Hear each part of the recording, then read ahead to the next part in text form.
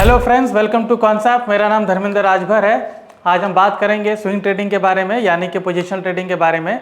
कैसे हम किसी सॉफ्टवेयर को यूज़ करके, कैसे हम कुछ पोजीशनल टूल्स को यूज़ करके कैसे हम एक पोजीशनल ट्रेड ले सकते हैं एंड कैसे पॉसिबल उसका एग्जिट मिलेगा, और कैसे हम एनालिसिस करके कुछ स्टॉक को हम सेलेक्ट कर सकते हैं। ठीक है, तो चलिए चलते हैं। पहले हम बात करते हैं कि स्विंग ट्रेडिंग एक्चुअली होता कैसा और लोग करते कैसे हैं। ठीक है, तो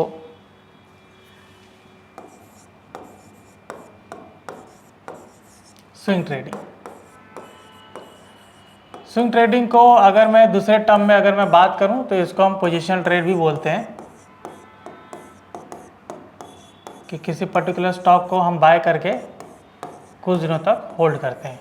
ठीक है, सो जब भी मैं पोजीशनल ट्रेड की मैं बात करूं, इसका मतलब ये है कि किसी स्टॉक को मैंने परचेज किया और उसको 1-2 दिन या फिर मान लीजिए मैं 10 डेज तक भी होल्ड करता हूँ। कुछ लोग आगे भी कैरी फॉरवर्ड करते हैं, कुछ 30 डेज, 1 मंथ या 2 मंथ्स के लिए भी उसको कैरी फॉरवर्ड करते हैं।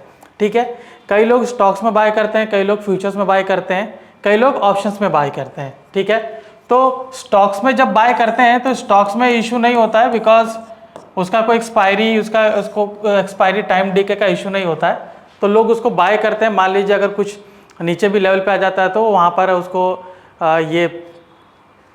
उसको और भी बाय करके एवरेज आउट करते हैं। ठीक है, तो स्टॉक का प्रॉब्लम नहीं होता। लेकिन जब मैं फ्यूचर की बात करूं, जब हम फ्यूचर में ट्रेड करते हैं तो फ्यूचर में लॉट साइज ज़्यादा होने की वजह से वहाँ पर उनको लॉसेस और प्रॉफिट अलग अलग तरीके से दिखना शुरू होता है। जितना ज़्यादा प्रॉफिट दिखता है उतना ज़्यादा लॉस भी दिखना शुरू होता है।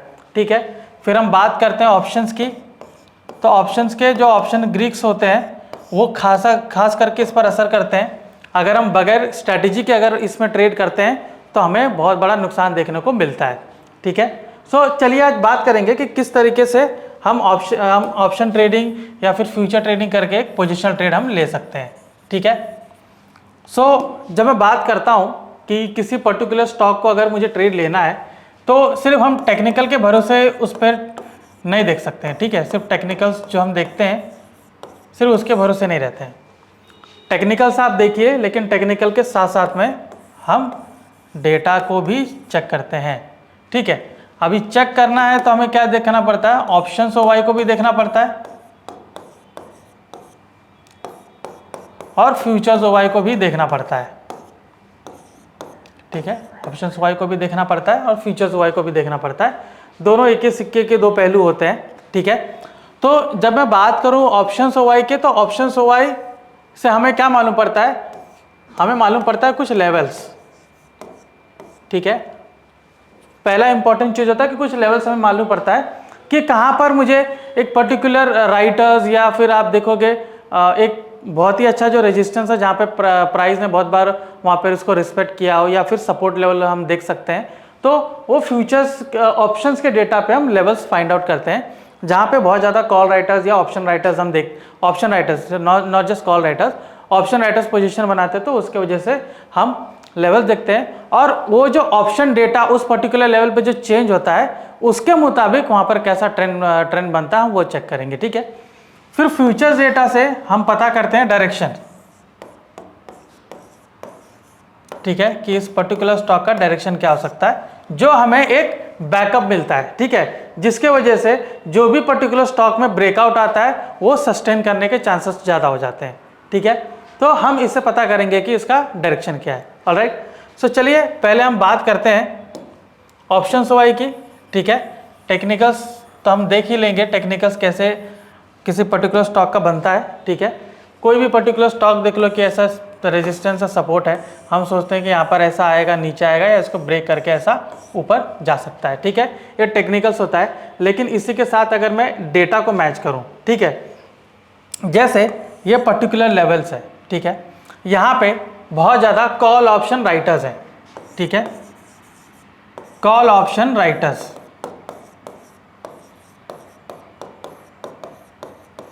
ठीक है, कॉल ऑप्शन राइटर्स। सो अगर कोई भी पर्टिकुलर स्टॉक इनके लेवल को ब्रीच करता है ऊपर की ओर, ठीक है, तो इनमें एक सेंटिमेंट जनरेट होता है कि हो सकता है कि ये पर्टिकुलर स्टॉक ऊपर जाने की कोशिश कर रहा है या और भी ऊपर जा सकता है। ठीक है, और भी ऊपर जा सकता है। तो कॉल ऑप्शन राइटर्स क्या करेंगे, अपनी पोजीशन यहां से अनवाइंड करना शुरू करेंगे, ठीक है। आइदर वहां पर वो लॉसेस बुक करेंगे, ठीक है, मोस्ट प्रोबेबली जब ब्रेक कर दिया तो लॉसेस ही बुक होता है, तो लॉसेस बुक करके वो क्या करेंगे, अपर लेवल पे जाकर अपनी पोजीशन वहां पर बनाते हैं, ठीक है। तो जहां पे आप देखेंगे बहुत ज्यादा कॉल राइटर्स थे, मान लीजिए 10 लाख कॉल राइटर्स थे, उसमें से अराउंड 2 लाख एग्जिट करके फिर बाद में वही 3 लाख एग्जिट करेंगे, ऐसे कर करके वहां पर एग्जिट करना शुरू करते हैं कि मैं यहाँ पर मैंने पोजीशन बनाई थी, मैं लॉस बुक कर रहा हूँ क्योंकि मुझे एक फियर है, एक डर आ गया है कि ये जो लेवल है इसको ब्रीच किया है, तो यहाँ पे कॉल ऑप्शन राइटर्स को लगेगा कि ब्रीच किया है तो ये ऊपर जा सकता है, तो इनके लॉसेस ज़्यादा होने की संभावना बढ़ जाती है, इसलिए अपने पोजीशन को राइट करते हैं और हमें एक स्मूथ फ्लो ऊपर की ओर मिलता है। ओके, सो सिमिलरली अगर मैं दूसरे टेक्निकल्स की बात करूं, ठीक है, ये तो हमने रेजिस्टेंस की बात की, अभी मैं यहाँ पर सपोर्ट की बात करता हूँ, ठीक है, अभी मैं यहाँ पर सपोर्ट की बात करता हूँ। अगर मैंने कोई भी सपोर्ट लेवल अगर मैं देख रहा हूँ, यहाँ से प्राइस इस तरीके से मूव होके ऐसे नीचे आया, ठीक है, तो नीचे या तो यहाँ पर ऐसे जाएगा या तो इसको ब्रेक करके यहाँ पर जाने के नीचे चांसेस है। तो इसके नीचे भी अगर यहाँ पे नीचे जा रहा है, ठीक है, तो आप ये देखेंगे कि यहाँ पे जो पुट ऑप्शन राइटर्स थे जिन्होंने अपनी पोजीशन वहाँ पर बनाई थी, अभी उनमें फेयर आ गया है कि ये बाजार और नीचे जा सकता है, तो वो यहाँ पर क्या करेंगे, वो यहाँ पर अपनी पोजीशन वाइंड अप करेंगे। तो जितने पुट राइटर्स थे वो पोजीशन यहाँ से एग्जिट करेंगे और नीचे कहीं किसी लेवल पर जाके अपना न्यू पोजीशन बनाएंगे, ठीक है। तो जो न्यू पोजीशन बनाते हैं, आगे आगे जाते हैं, तो हमारा जो प्राइस है और नीचे नीचे गिरना शुरू करता है, ठीक है। जैसे यहाँ पर अनवाइंडिंग हुई, यहाँ से ऊपर जाना शुरू हुआ, वैसे ही वहाँ पर अनवाइंडिंग होती है पुट ऑप्शन राइटर्स की, तो वहाँ पर वो नीचे की ओर जाना शुरू हो जाता है, ठीक है। तो हम देखेंगे किस तरीके से ये कॉल राइटर्स और पुट राइटर्स कैसे काम करते हैं, ठीक है। तो चलिए चलते हैं तो हम अपने कॉन्सेप्ट एप्लीकेशन पे, ठीक है। तो यहाँ पे आप ऊपर ट्रैक में जाइए, ट्रैक में, और हम ओपन इंटरेस्ट को ओपन करते हैं, ठीक है। तो जैसे ये निफ्टी है, ऑलराइट, सो निफ्टी पे अभी आप देखिए जैसे कि इसका प्राइस चल रहा है, करंट है 24,215, ठीक है, ऊपर की ओर यहाँ पर इसका मूव कर रहा है, ठीक है, प्राइस। तो यहाँ पे आप ये देखिए कि जैसे पहले, ठीक है, हर एक लेवल है, जैसे 24,000 का लेवल्स है, उसके पहले 23,500, 2300, 5,500 का बड़ा बड़ा डिफरेंस है, तो मैं इतने बड़े डिफरेंस को नहीं देखूंगा, मैं थोड़ा पहले छोटे डिफरेंस को मैं देखता हूँ, ठीक है। तो यहाँ पे आप क्लियरली देख सकते हो कि किस तरीके से ऊपर कॉल राइटर्स है, जितने भी ग्रीन है वो कॉल राइटर्स है, डार्क ग्रीन मतलब यहाँ पर एडिशन हुआ है, ठीक है। नीचे जितने भी आप रेड देख रहे हो वो सारे पुट ऑप्शन राइटर्स हैं, और उनमें आप देख सकते हो कैसे डार्क रेड जो है एडिशन हुआ है।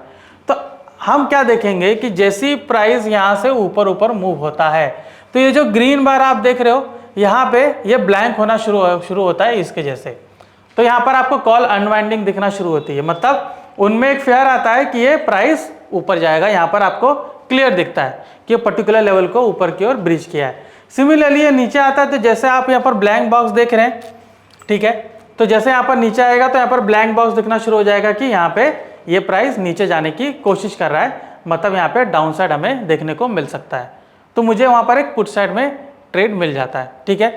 तो जब मैं बात करता हूँ कि लेवल को ब्रीच करके ऊपर जा रहा है, तो कई दिनों तक वो सस्टेन करने की कोशिश करता है, अगर उसके पीछे फ्यूचर डेटा का बैकअप होता है, तो अगर उसके पीछे फ्यूचर डेटा का बैकअप होता है तो पहले हम देखेंगे कि जो मैंने आपको बताया कि यहाँ पर कॉल राइटर्स अनवाइंडिंग करते हैं तो कैसे मुझे वहाँ पे ट्रेड मिलता है, क्योंकि यहाँ पे सारे कॉल राइटर्स, अगर ये प्राइस ऊपर जाता है तो जितने राइटर्स हैं वो ट्रैप हो जाएंगे, उनका पोजीशन ट्रैप हो जाता है, ठीक है। सिमिलरली अगर ये नीचे जाता है तो जितने पुट राइटर्स हैं उनका पोजीशन ट्रैप होता है, तो पुट राइटर ट्रैप मतलब आपको बेरिश सिग्नल मिल रहा है, कॉल राइटर ट्रैप मतलब आपको बुलिश सिग्नल मिल रहा है।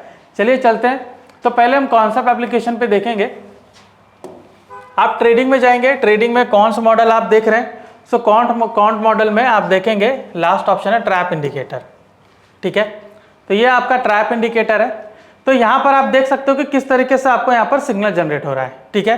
सो मैं यहाँ पर क्या देख रहा हूँ कि मेरा सिग्नल यहाँ पर आ रहा है पुट राइटर ट्रैप PS, ठीक है, पुट राइटर ट्रैप PS मतलब प्रोबेबल सेल, मतलब जो सिंबल है आगे टाटा स्टील, पीवीआर, आइनॉक्स, ठीक है, इनके आगे put at a strap PS लिखा हुआ है, इसका मतलब इनमें एक बेयरिश ट्रेड जनरेट हुआ है। तो मतलब यहाँ पर बोल रहे हैं कि ये संभावना है कि ये टाटा स्टील और पीवीआर आइनॉक्स नीचे जा सकता है, तो मैं इसमें एक बेयरिश ट्रेड बना सकता हूँ अगले कुछ दिनों के लिए, ठीक है। सिमिलरली यहाँ पर आपको कॉल एट अ ट्रैप भी आएगा, जैसे यहाँ पर अपोलो हॉस्पिटल में दिख रहा है आपको, ठीक है। Call at a trap PB मतलब प्रोबेबल बाय। तो अपोलो हॉस्पिटल में मैं एक बुलिश वाला ट्रेड बना सकता हूँ, उसको बाय करके कुछ दिनों तक होल्ड कर सकता हूँ, ठीक है। तो ये मेरा बुलिश ट्रेड हो जाएगा। ऑलराइट, अभी इसके कुछ कंडीशंस है जिसे मुझे देखने पड़ते हैं, तो चलिए कंडीशन देखते हैं। तो पहला ये है कि जो सिग्नल डेट है, ठीक है, जिस दिन ये सिग्नल जनरेट हो रहा है, जैसे आप देख सकते हो 10 जुलाई, ठीक है, 10 जुलाई को जिस दिन सिग्नल जनरेट हो रहा है उस दिन आप कोई फ्रेश ट्रेड इसमें नहीं बनाएंगे, ठीक है। फ्रेश ट्रेड उसमें हम नहीं बनाएंगे। हम क्या करेंगे, आज 3:30, आफ्टर 3:30 इसका क्लोजिंग प्राइस देखेंगे और वो क्लोजिंग प्राइस हम मार्क करेंगे कि इसका क्लोजिंग प्राइस कितना है, और नेक्स्ट डे जब ये ओपन होता है तो हम ये देखेंगे कि क्लोजिंग प्राइस के आसपास ओपन होना चाहिए, ठीक है। गैप अप या गैप डाउन ओपन नहीं होना चाहिए, मतलब 1% से ज़्यादा की ओपनिंग नहीं होना चाहिए। जैसे हम यहाँ पर देख सकते हैं, जैसे एस्कॉर्ट्स है यहाँ पे, ठीक है। अगर एस्कॉर्ट्स यहाँ पर आप देख रहे हो अभी करंट इसका प्राइस है 4082, ठीक है, तो 1% अगर मैं बोलूँ तो 41 रुपीज़ के आसपास। तो अगर ये 41 rupees directly down side open होता है तो वो गैप डाउन कंसिडर कर लिया जाएगा, तो फिर मैं उसमें एक फ्रेश ट्रेड नहीं बनाऊंगा। सो 40 रुपीज़ के अंडर में इसका ओपनिंग होना चाहिए, तब जाके मेरा उसमें ट्रेड बनता है, ठीक है। सो अभी जैसे मैं बात कर रहा था कि कोई भी ब्रेकआउट अगर हम देखते हैं, ठीक है, सो हमें वो ब्रेकआउट सस्टेन होने के चांसेस कितना वो पता करना पड़ता है, ठीक है। तो उसके लिए हम यूज़ करते हैं फ्यूचर डेटा। ऑलराइट, उसके लिए हम यूज़ करेंगे फ्यूचर डेटा। तो फ्यूचर डेटा बहुत सिंपल है। अगर लोगों की एनालिसिस है या उनका कुछ परसेप्शन है कि ये पर्टिकुलर जो स्टॉक है वो ऊपर जा सकता है, तो लोग क्या करेंगे, उनका फ्यूचर बाय करते हैं, ठीक है। इससे क्या होता है, बाइंग एक्यूमुलेशन हो जाता है, ठीक है, बाइंग एक्यूमुलेशन शुरू हो जाता है, और ये देखोगे कि एक पूरा फोर्स के साथ वो स्टॉक धीरे धीरे ऊपर होना शुरू करता है। तो यहाँ पर क्या हो रहा है कि आपका ओपन इंटरेस्ट है, नया कॉन्ट्रैक्ट ओपन हो रहा है। जैसे हम कोई फ्यूचर बाय करते हैं या सेल करते हैं फ्रेश, तो वहाँ पर एक कॉन्ट्रैक्ट ओपन होता है, तो हमारा क्या होता है, OI इंक्रीज होता है, ठीक है। तो अगर OI इंक्रीज हो रहा है उसके साथ में प्राइस भी इंक्रीज हो रहा है, तो हम इसको कहेंगे कि ये लॉन्ग बिल्टअप चल रहा है, हमें कहेंगे कि लॉन्ग बिल्टअप चल रहा है, ठीक है। सिमिलरली जैसे प्राइस ऊपर जाता है तो एक पर्टिकुलर लेवल पे कुछ हम अपने पोजीशन वाइंड अप करते हैं। कुछ लोग सोचते हैं कि इतना प्रॉफिट इनफ है, वहाँ पर थोड़ा प्रॉफिट बुक किया जाए। तो प्रॉफिट बुक करने की वजह से क्या होता है, ये जो कॉन्ट्रैक्ट उन्होंने ओपन किया था ये क्लोज होना शुरू होता है, और उसी के साथ साथ प्राइस भी नीचे आना शुरू होता है। तो अगर OI नीचे आ रहा है और प्राइस भी साथ में नीचे आ रहा है, तो इंडिकेट कर रहा है कि यहाँ पर लॉन्ग अनवाइंडिंग हो रही है, यहाँ पर लॉन्ग अनवाइंडिंग हो रही है, ठीक है। अब जरूरी नहीं कि लॉन्ग अनवाइंडिंग हो रही तो प्राइस पूरा नीचे आ जाएगा, ठीक है। लॉन्ग अनवाइंडिंग कुछ इस तरीके से होती है, आप ये देख सकते हो। तो ये पूरा आपका बुलिश सेंटिमेंट्स होता है, ठीक है। So long and long unwinding दोनों, आपका लॉन्ग अनवाइंडिंग भी लॉन्ग बिल्टअप का पार्ट है, ठीक है। तो आपका एक बुलिश कंडीशन बनता है उसमें, ठीक है।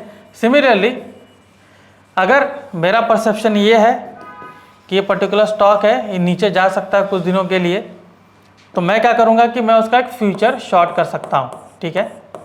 एक फ्यूचर को शॉर्ट करूँगा तो नया कॉन्ट्रैक्ट ओपन होगा, तो अगेन आपका क्या होगा कि OI इंक्रीज होगा। अगर मेरे जैसे और भी लोग सोच रहे हैं कि ये फ्यूचर को मुझे शॉर्ट करना चाहिए, तो OI इंक्रीज होना शुरू होता है।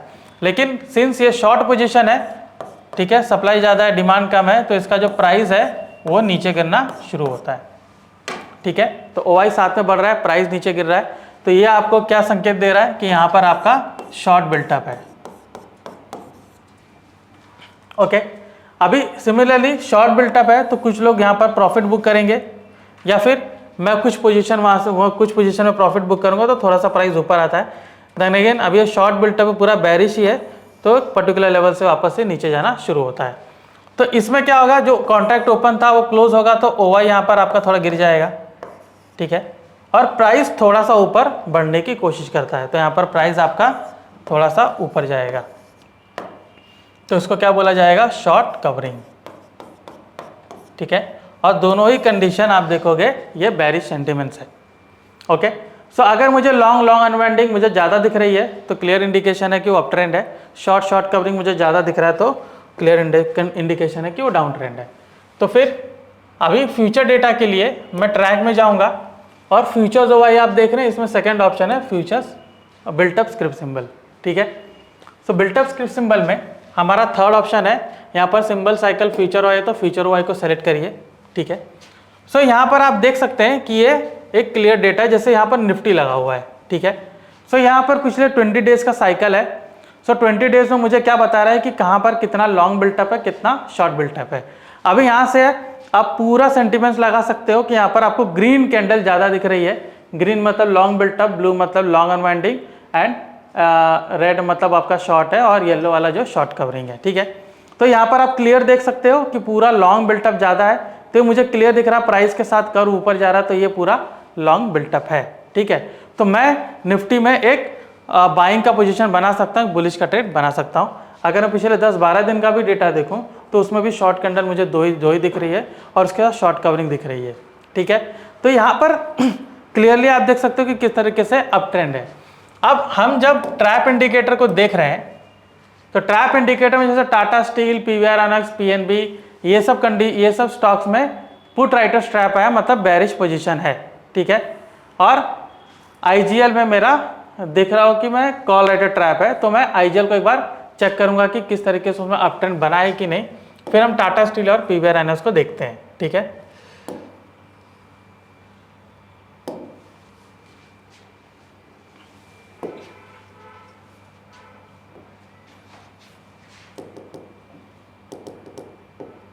तो एक बार हम आईजीएल को देखते हैं।